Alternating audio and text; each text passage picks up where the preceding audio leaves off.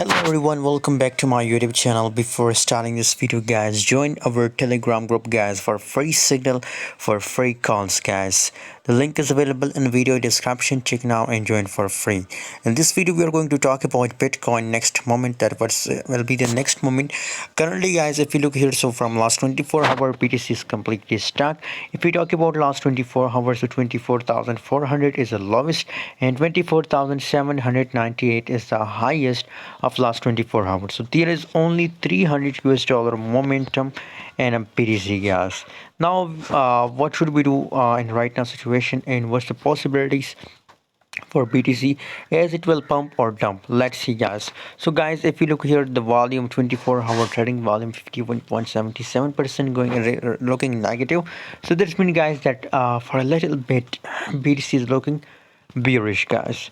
Currently guys, it's completely stuck. Just look here the price chart, and now in this case guys, I recommend we have to wait for the breakdown. So in that case guys, we are waiting for the perfect breakdown, and when it's make a breakdown, so we will do short BTC guys. And I will also give you a signal on my Telegram, so join now for latest calls. Thanks for watching, see you in next week.